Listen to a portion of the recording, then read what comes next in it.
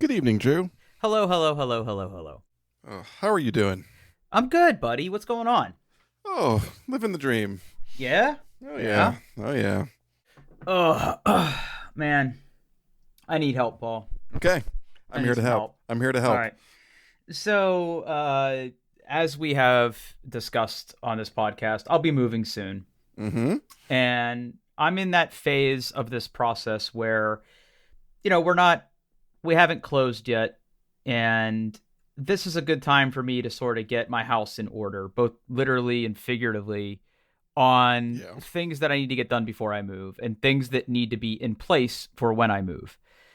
Um, Now, don't at me. Like, I don't want to get yelled at for this by anybody, but I don't back up much to the cloud.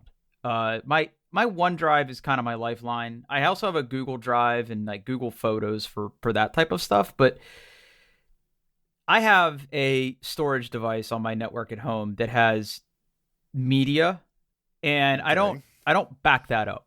Okay. And I have been doing some research on what is the best way to sort of handle this. And before I sort of dig into my observations, I just want to hear from you. Like, do you do this? And if so, what do you use?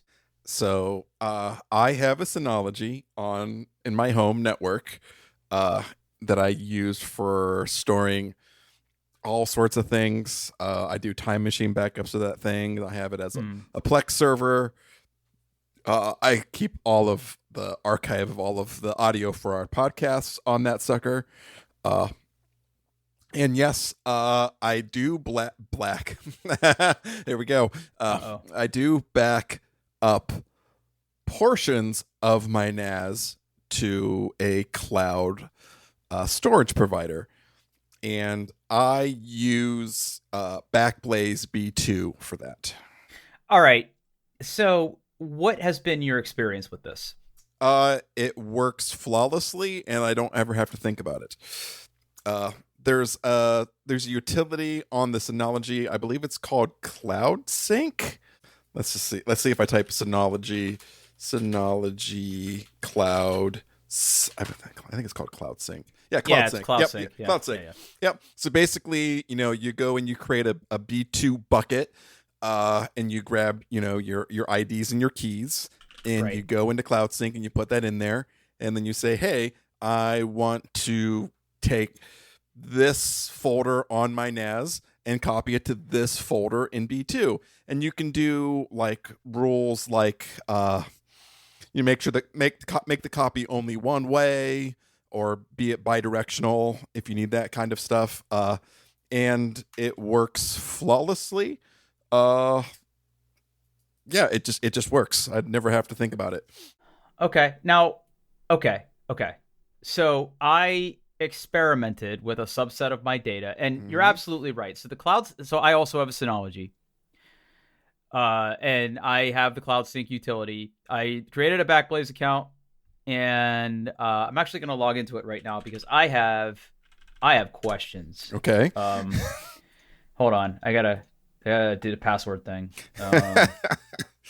There's a lot about this that I'm very careful about. Oh, hold on. 2FA. We're doing it live.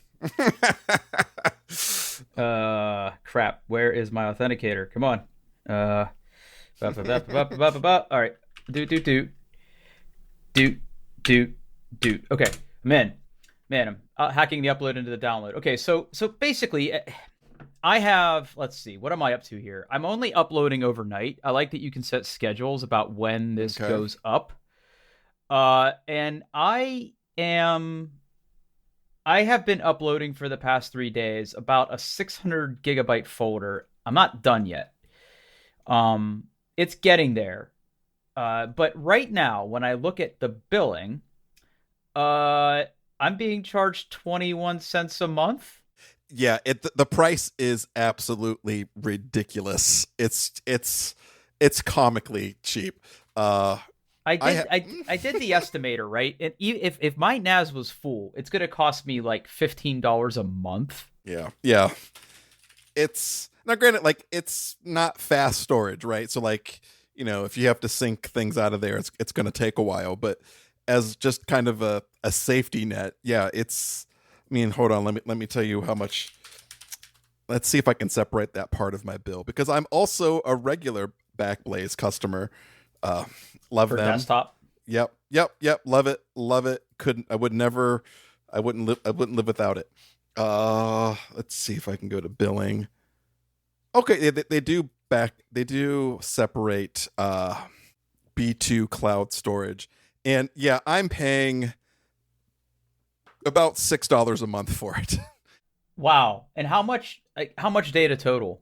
Let's see what it says. Hold on. If you go to yep. your buckets, as you call them. I have 3 buckets for reasons that are complicated. Okay. Well, I have 5. So okay, talk to me. Hold on. I'm doing math. I'm doing math live right here. That is about 12 gigabytes. That's it. 12 gigabytes. Yes. You pay $12 a month. Oh wait, hold on. Nope. I'm wrong. I put the comma in the wrong place. 12 terabytes. Hold on. Or 1.2. I have about, okay, you know what? I have about 1.2 terabytes in here. Yes. Okay. Yeah, that's like Mm-hmm. that's like really good. It's really, really good. Okay. So all right, so I have questions. And I tried reading the documentation. I read documentation all day, so I don't want to I get paid to do it. I don't want to do it for myself. First of all, can you explain to me what an unfinished large file is? Absolutely, I can. Okay. So what Cloud Sync will try to do, I think you actually can turn this. It's either a B2 feature or a Cloud Sync feature, or the combination of the two. But essentially, what it does is it goes, "Hey, you have a really big file." Mm-hmm. And like the perfect example is you have a schedule, right? Yeah. It may take longer than that schedule, or your internet may fail, or something, or witches could come and do a curse on your internet connection, whatever. I've had that happen. Yeah. So it breaks up that file into basically chunks. Chunk. Yep. And it uploads those chunks piece by piece. And when everything is done, it'll stitch those back together, and those unfinished large files will disappear. Huh. Okay. So they will resolve. Yes, they will resolve at some point. Mm-hmm. It's interesting to me because like I've had the same like file parts for the past few days. I don't know if it's gonna like circle back and get to these after it tries other ones. I don't know.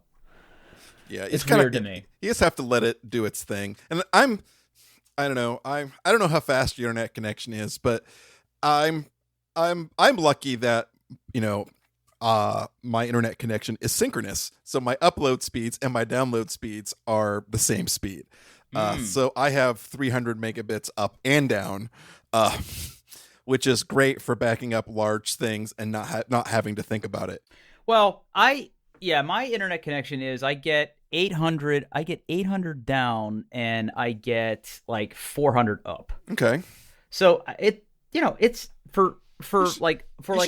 should just let it run. Let it run. You won't notice it. Yeah. Well, I wanted to test the schedules because here's what I realized after I sort of committed to carving up the different areas of my NAS to different buckets is I'm basically going to have different days of the week dedicated to these different buckets for uploading.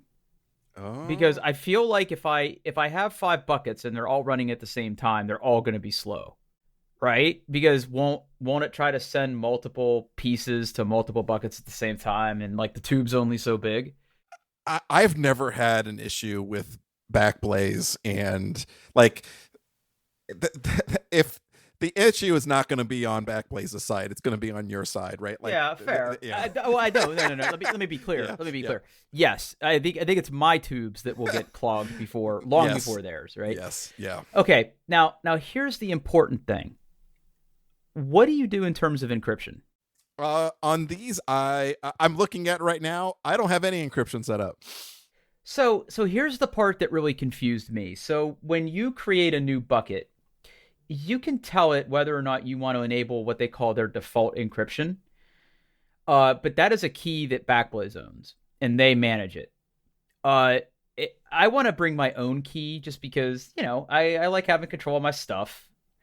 And it looks like this basically needs set whenever you create the cloud sync in the Synology. So apparently you set a passphrase, and whenever it does the transfer, which I think behind the scenes this is all just really complicated API calls. It is. I Yep. I feel like it will encrypt it with whatever passphrase I give it.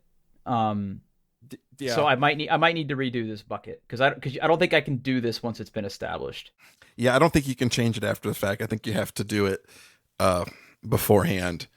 Yep.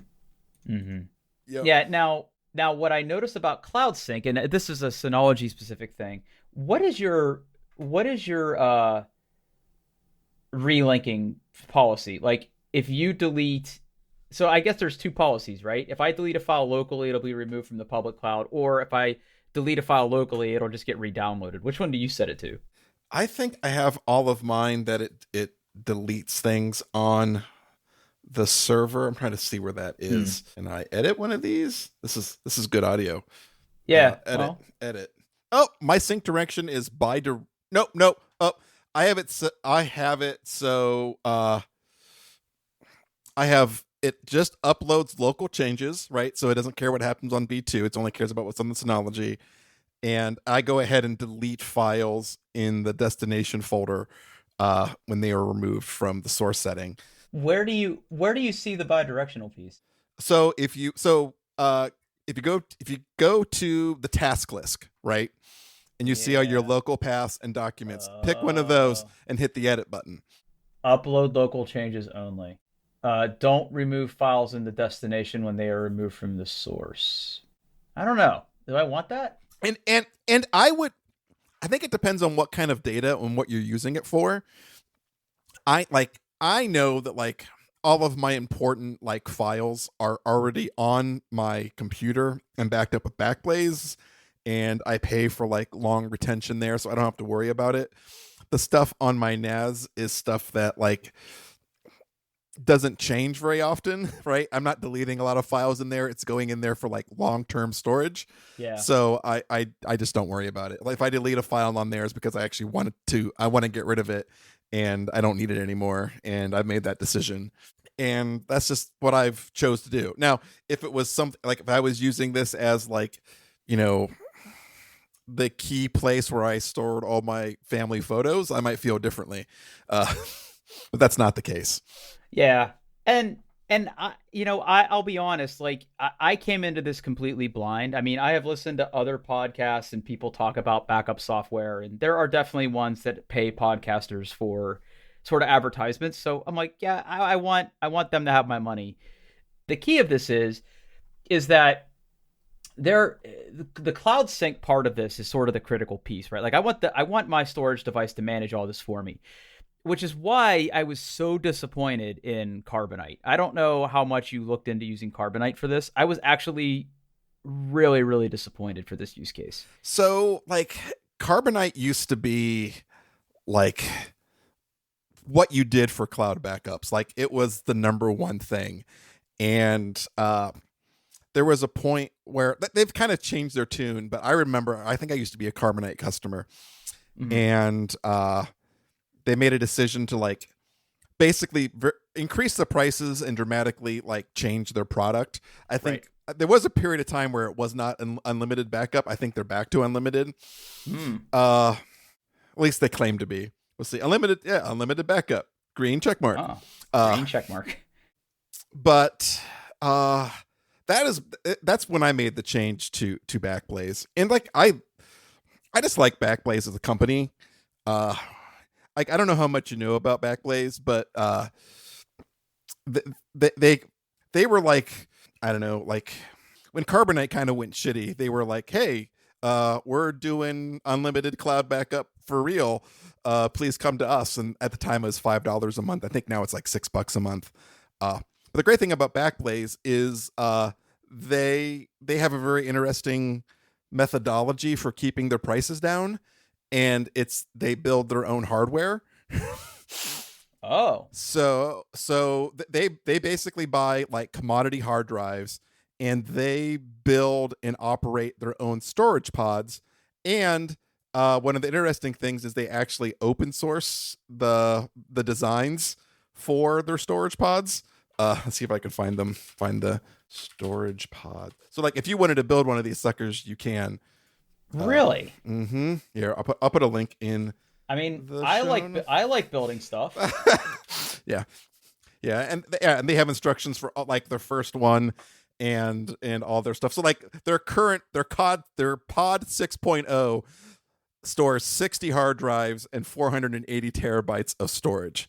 And another cool thing that Backblaze does to the community is, hey, they buy a lot of hard drives. So they have a pretty good idea about what hard drives last a long time. And quarterly, they'll basically send out, if you subscribe to it, they'll send out an update and saying, hey, this is the mix of hard drives we have in our storage pool, and here's the failure rates, and here's, yeah. Let's see if I can find a good, yeah, I'll drop this in the show notes as well. I feel like the fact that they use Debian as their OS would make friend of the show Nick Dunn very upset. Yeah, they want something reliable. Yeah, so here I put a link in there for the 2021 Q1 hard drive failure rates, and they basically list like, you know, these are all the models of drives we have. This is how long they've been running. This is how long we've had them. This is the number of failures that we have and what the average failure rate is. They're really open with their data, which I think is just kind of cool. Yeah. That's actually a really cool report. I want to dig into that a little bit. Yeah. Yeah, so I looked at Carbonite just because that was the one that was kind of seared in my brain. And I'll be honest, like I sort of explored it, and if you go into the Synology sort of UI and you look at the cloud sync, like Carbonite's not an option there, and there's a reason why. It's because that there is no native connectivity to it. Like you basically need their desktop app, and you would have to like mount the NAS drives to like a VM. And like as somebody who has a home lab, that's not a big of a deal for me. But I don't want to run a VM 24/7 to capture these changes, right? Like I mean, the Synology's already running; it's already sipping power. I want it to work, and that's when I started doing a little research and kind of landed on Backblaze. But like if you go into Cloud Sync, there's a couple really interesting choices in there, and a couple that I would never trust with any of my data. Like it's interesting to me that I could back up to like Amazon S3 storage or Microsoft Azure storage, right? Which I know how much those things cost. Like Rackspace was an option, right? I could back up to SharePoint, which why? Yeah. But I mean, I could. But like, I'm never gonna back up to Baidu. I'm never gonna back up to Yandex or Tencent. Like, it's good that those are there, but I don't want that. So, yeah, Backblaze appears to be the best of the best for these options, and like I said, I'm pretty impressed so far. Like, I was clickety click, and I was like up and running with a backup, and that's actually really good. Now, I envision that if you don't necessarily rock a Synology, if you're like doing the QNAP thing or I don't know how Western Digital handles it. They probably have their own like weird proprietary cloud, knowing them. But even if you're doing like the free NAS thing at home, I think there's probably hooks into Backblaze with that. So I'm sure. And like, yeah, and I'm a big fan of their desktop or their personal computer cloud backup solution, where you run a little bit of software on your computer and it just backs up stuff to the cloud. Like I know a lot of people like use like OneDrive and stuff, but like to me that's all about document syncing. That's about getting my documents in more than one place. Mm-hmm. It's not a backup solution. Right, it's a sync solution, and in my brain those two things are different and should not be used for one another. I agree with that. And one thing I like about Backblaze is, I'm sure other places have copied this, but I remember this from the very first day. Like, if your house burns down or like something horrible happens and you need that data back, they'll like put it on a hard drive and mail it to you. I saw that too, and again, like depending on how long you keep it is how much you're charged, apparently. Yeah, or like I think you pay like a deposit for it, and when you send it back, they refund it back to you, which I think is a perfectly fine solution to that kind of thing. Yeah, because there's rapidly approaching a day here where I'm gonna need to disconnect that thing and carry it. And I mean, it has multiple hard drives in it that are rated together, but I don't want that thing to have an accident. Just because I use it a fair amount. I use it for like you said, kind of storing old podcast episodes. I know that I normally just upload that to OneDrive just because it's easier for you to grab it there, ish. But I've got documents on it, like long-term documents, like ancient tax documents, stuff that I don't necessarily, like you said, sync to OneDrive. My philosophy for kind of my home computers and even my work computer to some extent is everything on that thing is disposable, right? If that computer were to die tomorrow, all the important things I need are in GitHub repositories or in OneDrive or on my NAS. Like everything important, I have a strategy for. Now, OneDrive is like T1 for me just because I use it for my personal and for work. Surprise, surprise. But the NAS has like longer term storage on it. It's got like the old HASP videos, right? Like when we recorded that stuff. Yeah. Like that's all on there, right? Like I don't ever want to lose that. So when I start tearing down like my home network and transiting it to the new home, like I want to be sort of secured. And this has been something that I've sort of been thinking about doing for a long time. I just didn't really understand the cost involved. I didn't understand the steps involved. I think I'm comfortable with both of those things now. So between now and the move, I want to get all this stuff set up, all this stuff backed up, and just feel better about it, right? Like I don't, yeah. Are you familiar with the 3-2-1 backup strategy?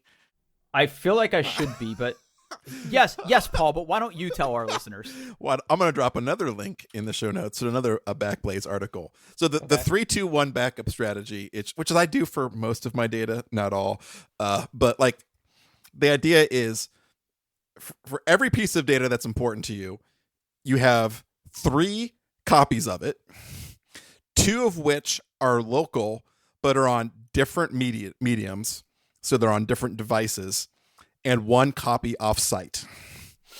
So like for me and my desktop computer, how I do that is obviously I have my documents, I have a copy on my local computer.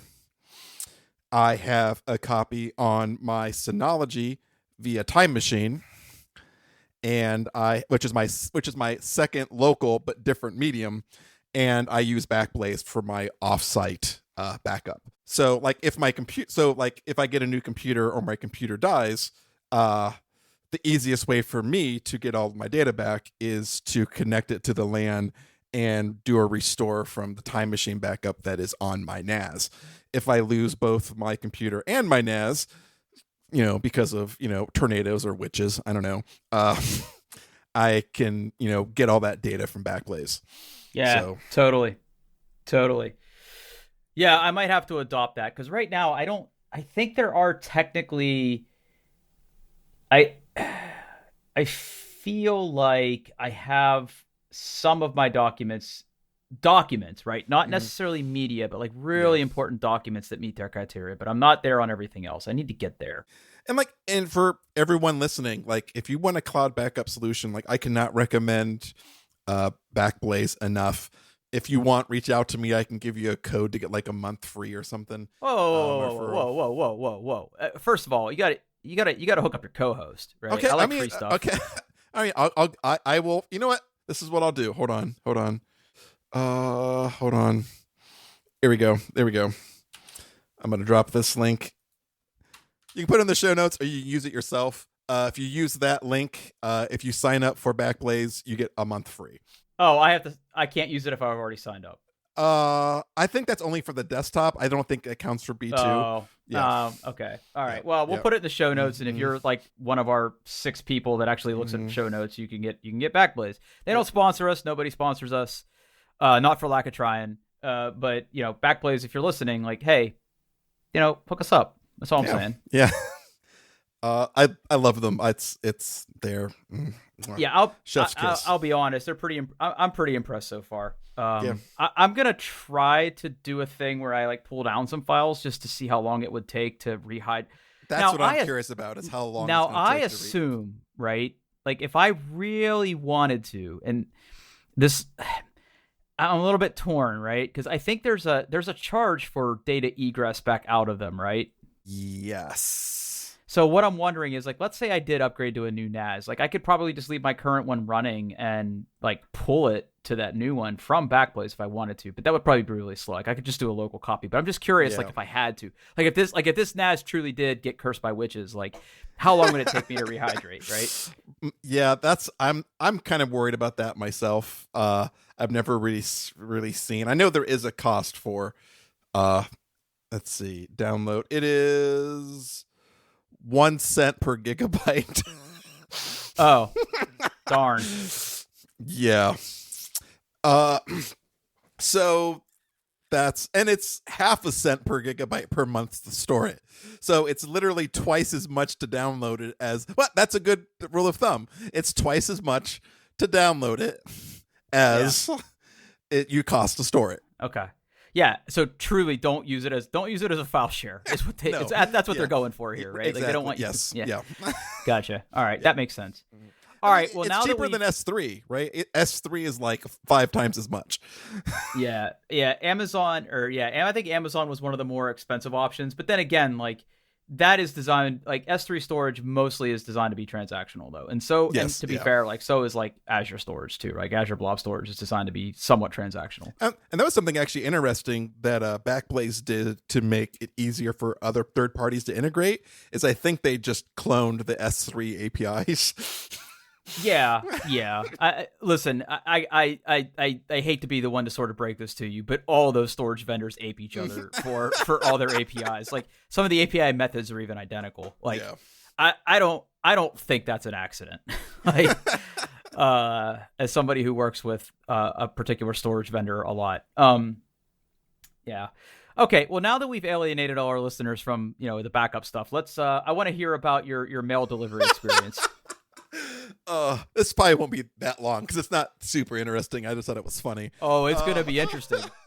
So, you know what, Drew? Why don't you recap my mail situation for our listeners? Yeah, I was gonna bring this up sort of when you get into this story. Like, first of all, who are they to get? So the topic in the doc is Paul got yelled at by his mail delivery professional, and I'm just like, Honey Bear, who are you to get uppity with me? I have a fake mailbox, and you're gonna yell at me?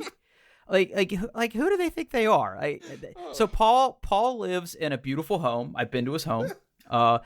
He has a mailbox, but it is a it is a load bearing mailbox. It doesn't. I call it vestigial. Yeah. It's a mailbox in name only. No mail goes in it. No mail comes out of it. He has a community mailbox that he has to trudge over to, and Amazon deliveries are always a really fun experience for Paul. So Paul, tell me what happened here. So, as you can imagine, with gestures at everything and working from home more, I get my mail less because I have to, I have to walk all the way down the street and then turn a corner and walk some more. Like I can't see my mailbox from my house where I live. It's down another street a little bit. So I just don't go. I get it maybe once a week. Sometimes it may push to like 10 days. Right? Oh. Okay, I know where this is going. All right, go ahead. The communal mailbox place, right? Like, you've seen them. Like, they're just big steel things with, like, a bunch of little compartments, and you put your key in and you get it, right? So we share that box, the big thing with maybe like 24 families, 24 houses. And one of the features of this box is also parcel lockers, and there's one big parcel locker and then there's one smaller parcel locker.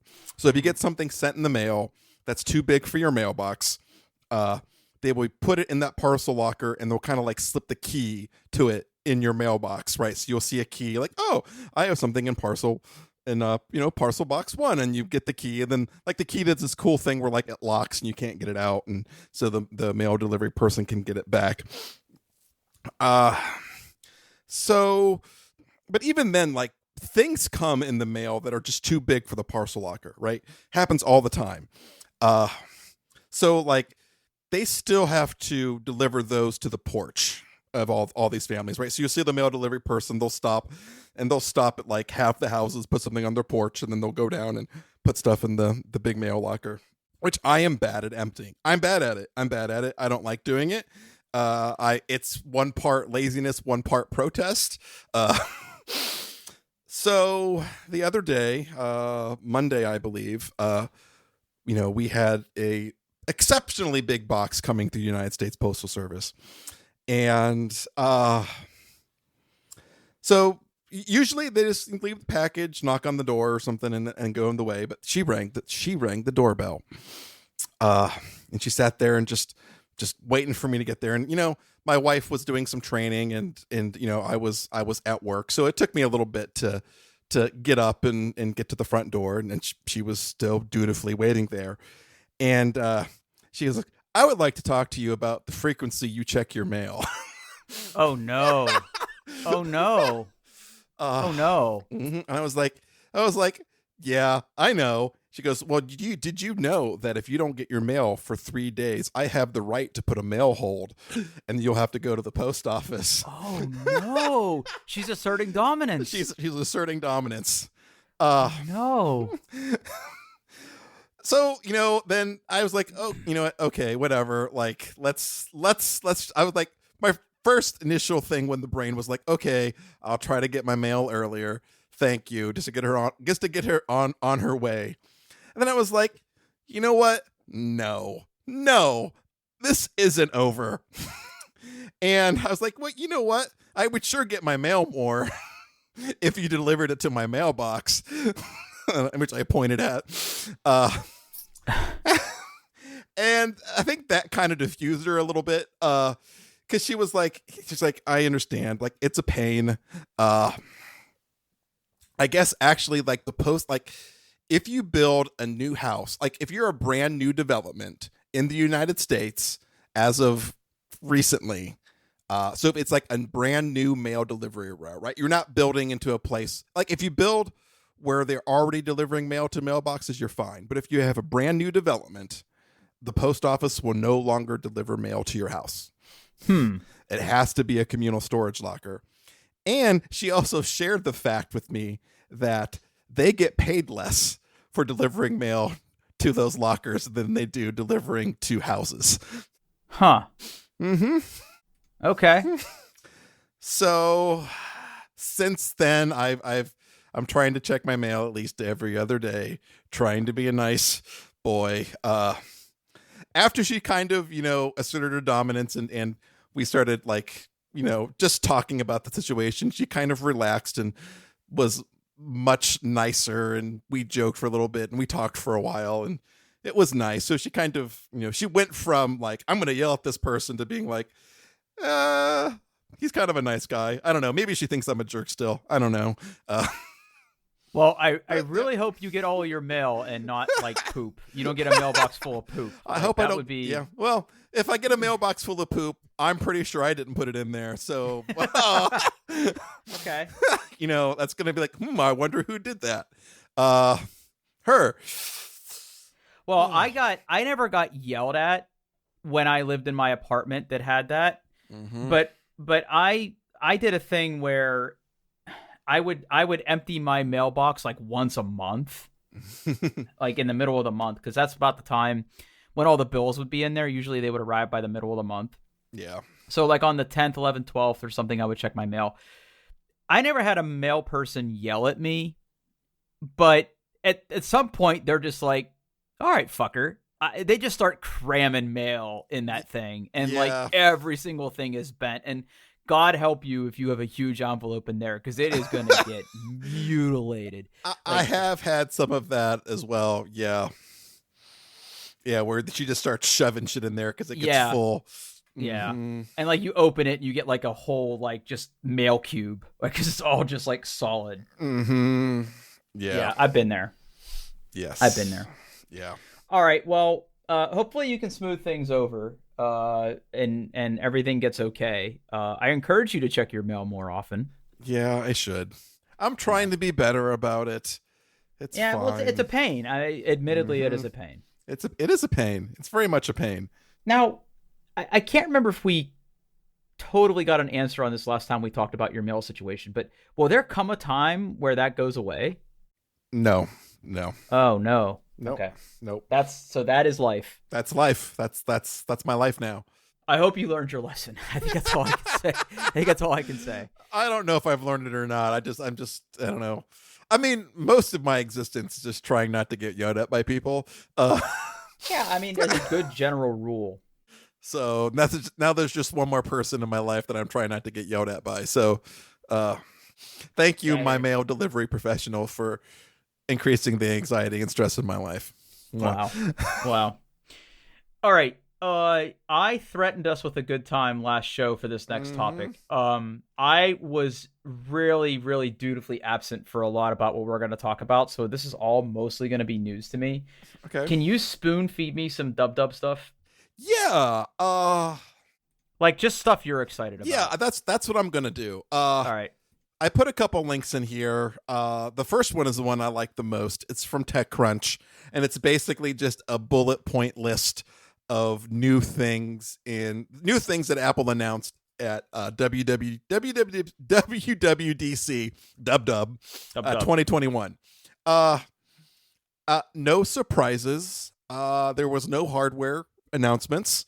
It was all software. So this is all stuff that is coming in the next version of iOS, iPadOS, and macOS. And I guess watchOS, but I don't care about watchOS. So I'm just going to tell you the things I'm excited about, and kind of gloss over the rest. FaceTime got a lot of improvements. FaceTime.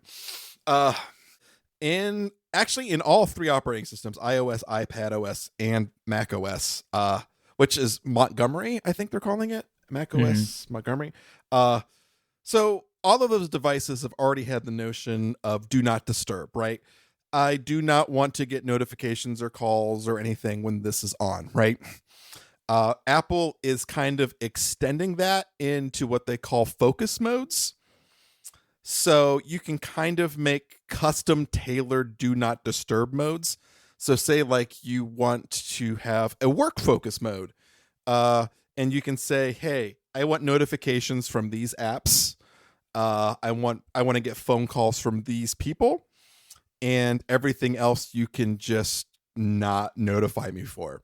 And you can have different ones for like your personal stuff, your work. You can make a weekend one.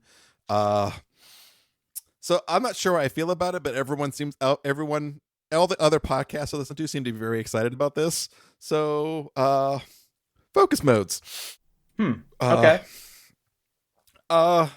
They are adding a feature they call live text. So, if you have a photo or something in the camera, it'll recognize text, whether it's handwritten or like printed out or like on the building, and allow you to select it, search for it, copy it. If it's a phone number, you can click on the phone number in the picture and it will call it. If it's a business, you can search for it and get information about the business, right? So it's a good way, like, you could take a picture of a whiteboard and then select the text and paste it into a note.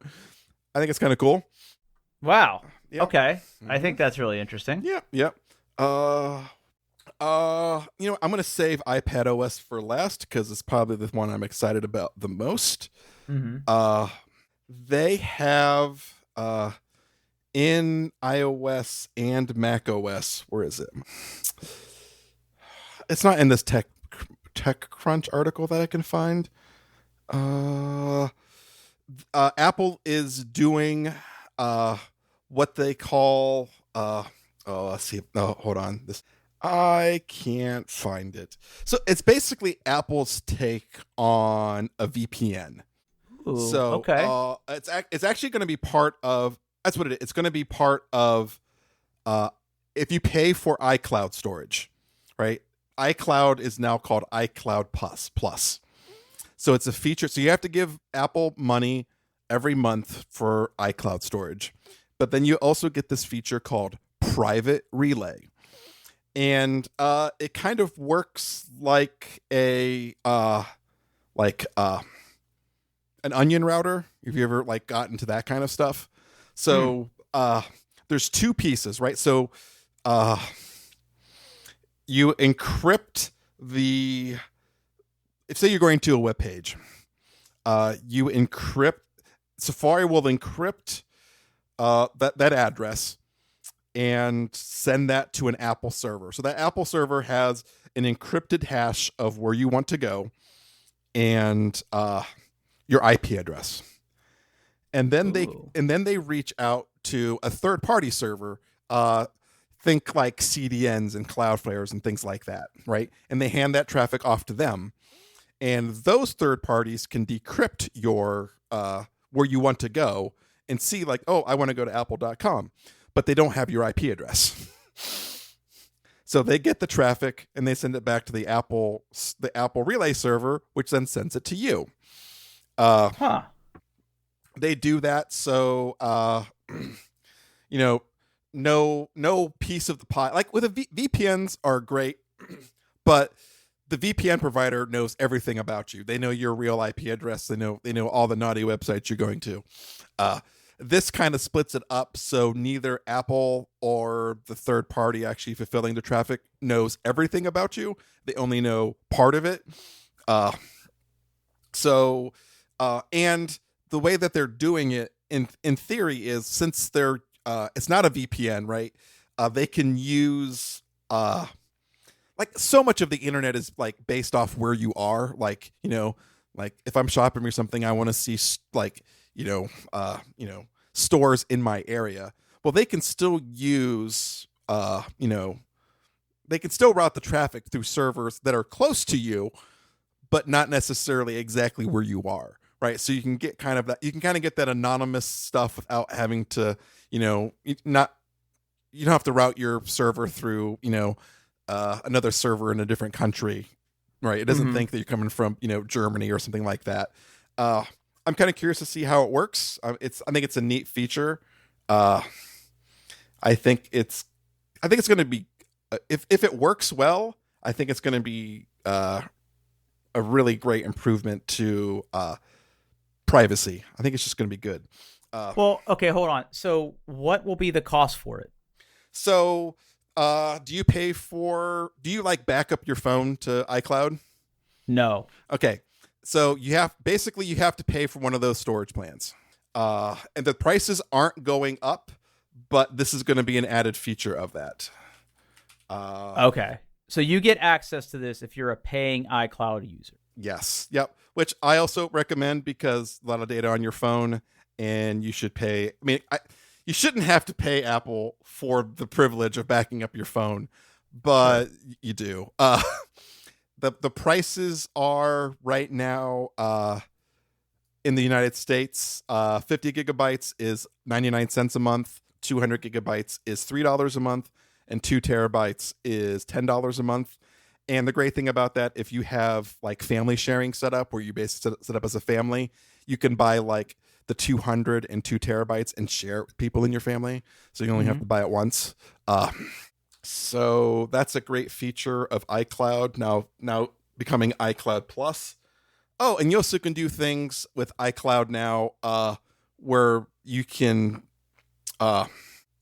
select friends. Like, say like you get locked out of your iCloud account, you can basically designate friends, and like say you get locked, say like, hey Drew, I'm going to set you up as this, and I get locked out of my iCloud account. What will happen is I'll call up Apple and say, hey, I locked myself out of my account. Can you reset my stuff? And instead of just doing it, because it could be a phishing attempt, what they'll do is they'll send you a code, Drew, and then you have to give me the code. With the assumption that you know who I am and can validate that, I'm not someone trying to break into my iCloud account, which I think is kind of a really cool idea. That is actually a really good idea. Mm-hmm.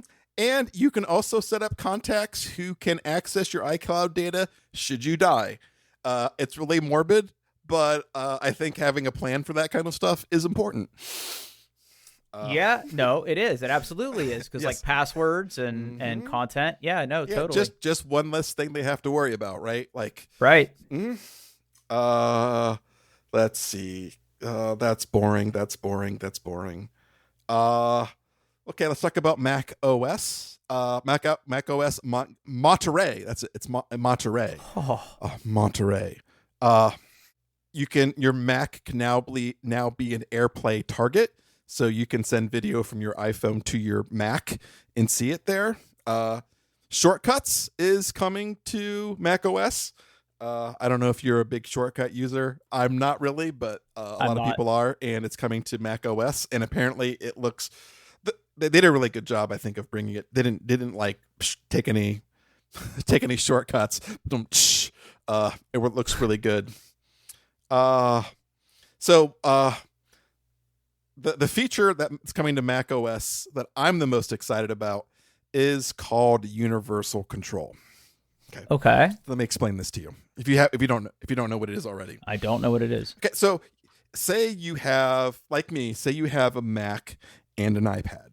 Well, there was already this feature called Sidecar, which basically allows me to turn my iPad into like a second monitor, right? So it basically extends my Mac display. And that was great. But Universal Control takes it to the next level. And I should find the videos, and I will take that as homework. I'll try to find a video of this and put it in there because it's absolutely magical. So let's say I'm sitting at my Mac and I've got my Mac screen in front of me. Mm-hmm. And I take my iPad and I set it off to the right, right? So I have my iPad and I put it off to the right. And I take my mouse cursor on my Mac and I take it over to the right edge of my screen and I keep pushing like I'm going off the monitor. Well, Mac OS somehow, through magic, realizes, oh, you also have an iPad, and that iPad, I'm pretty sure, is to the right of your screen. It'll kind of show this little indicator of like, hey, are you trying to like drag your mouse cursor from your Mac to your iPad? And then you do something, and then your keyboard and mouse kind of transfer to your iPad. So like, like those old pieces of software that allowed you to use the same keyboard and mouse for multiple computers. Yeah, KVMs. Yeah, exactly. But it's like a magical KVM between your Mac and your iPad.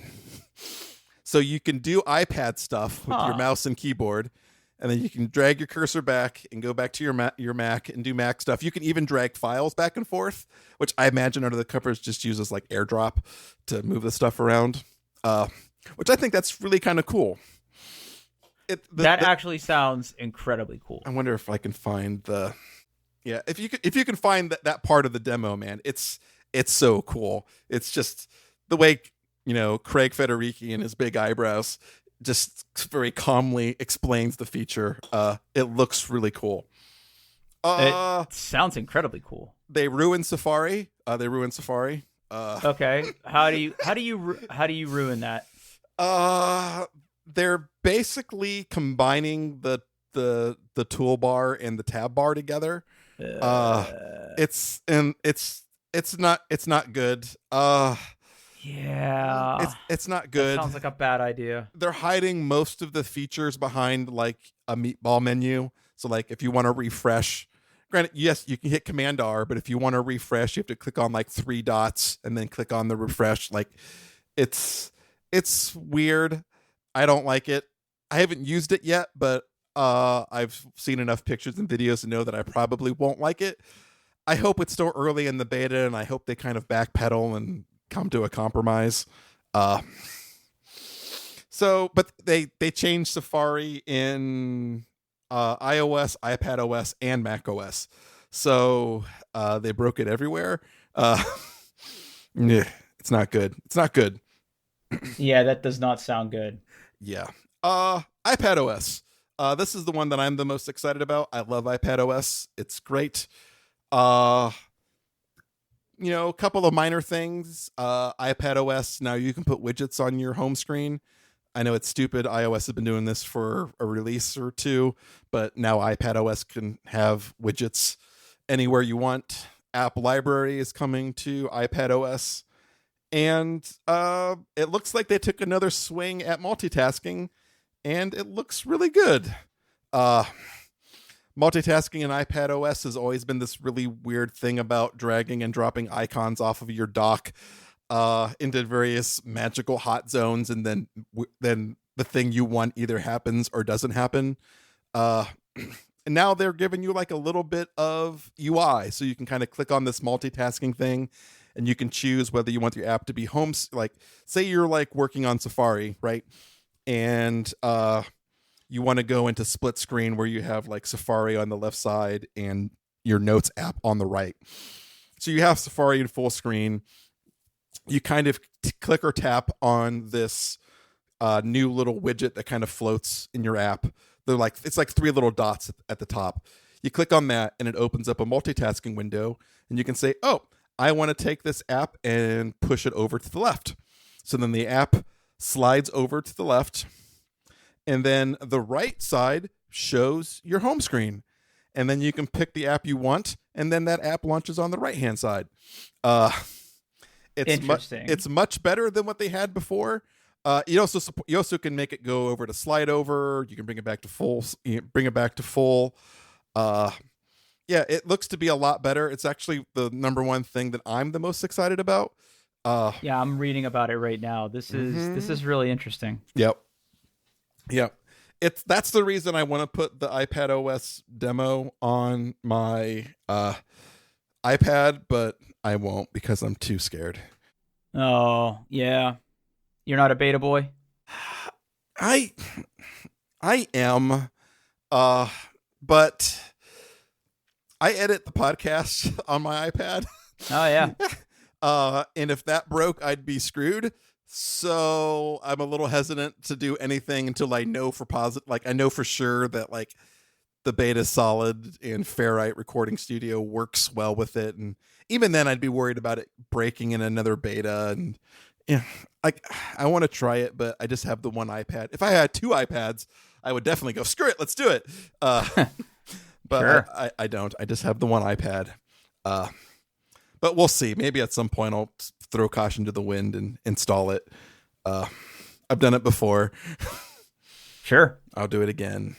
But I've heard the first betas are actually pretty stable and things work pretty well outside of like Apple made some changes to like how like navigation stuff works under the cover. So some apps, like some of the UI can look a little weird.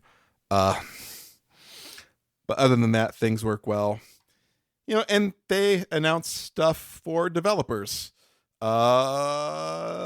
Swift now has async await. Woo! Yeah, that's the stuff I care about. That's the stuff I'm excited about. And there's a bunch more stuff. Apple Maps got some features. The Watch got some features. There's FaceTime has some other stuff. There's this whole new share play framework. All of it's cool, but it's not stuff that gets me excited. Yeah. That all sounds like good stuff to me. Yeah, I'm can't wait until September and October and all this stuff comes out for real. Huh.